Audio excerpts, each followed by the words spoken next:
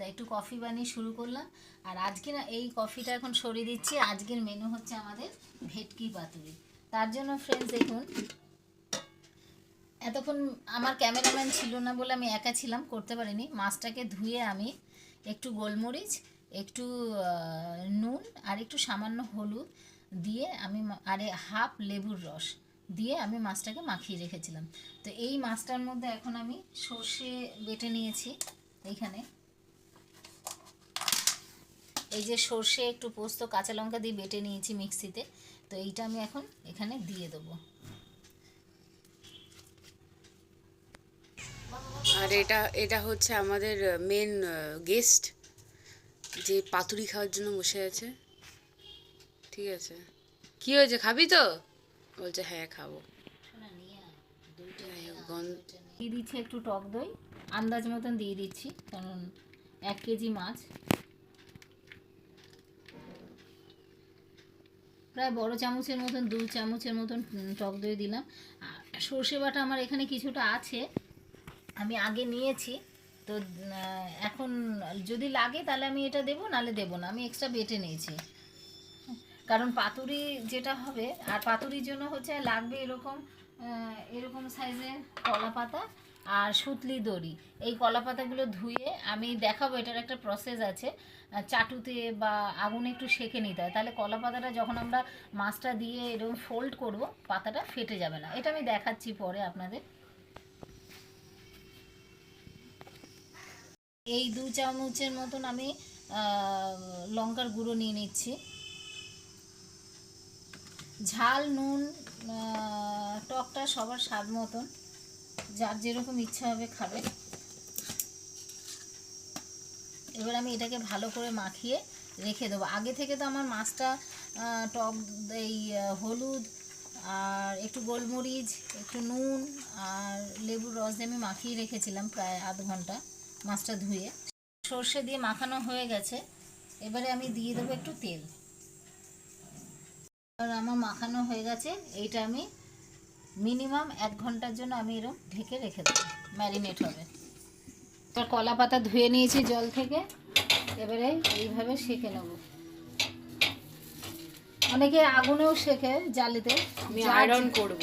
যার যেরকম ইচ্ছা সে সেরকম করে নেবে। আয়রন করব আয়রনই তো হচ্ছে। না, আমি ইলেকট্রিক আয়রন দিয়ে আয়রন করব। সেটা করে দেখতে হবে, হবে কি না।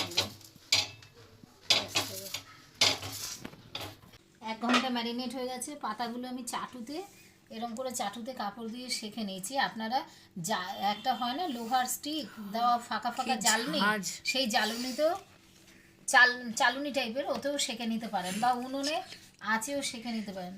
এবার আমি এইখান থেকে একটু কাঁচা সরষের তেল লাগিয়ে নেবো পাতাটা, যাতে ভেতর দিয়ে জিনিসটা না হয়ে যায়। এবার আমি এরকম 1 পিস মাছ দেব, একটু মশলা দিয়ে দিলাম,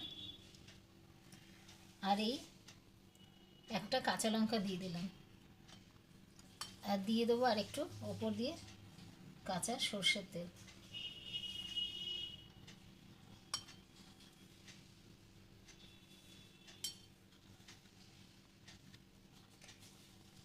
এইবারে আমি পাতাটাকে আস্তে করে মুড়ে নেব।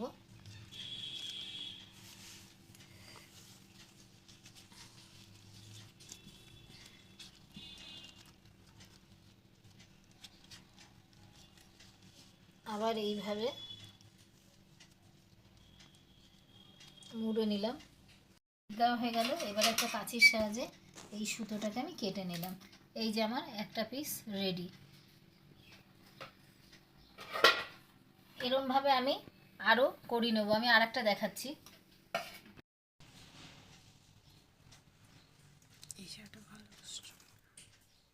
একটু মশলা দিয়ে দিলাম, একটা কাঁচা লঙ্কা দিয়ে দিলাম, কেউ যদি ঝাল বেশি খেতে চায়। সর্ষে তেল দিয়ে দিলাম,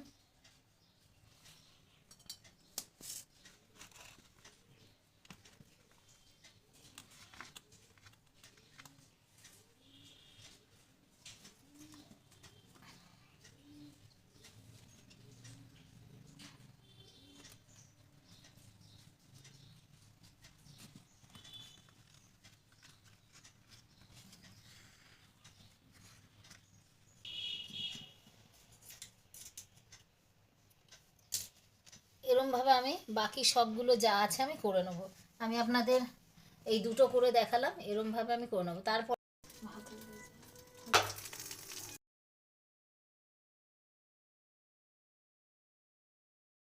হ্যালো।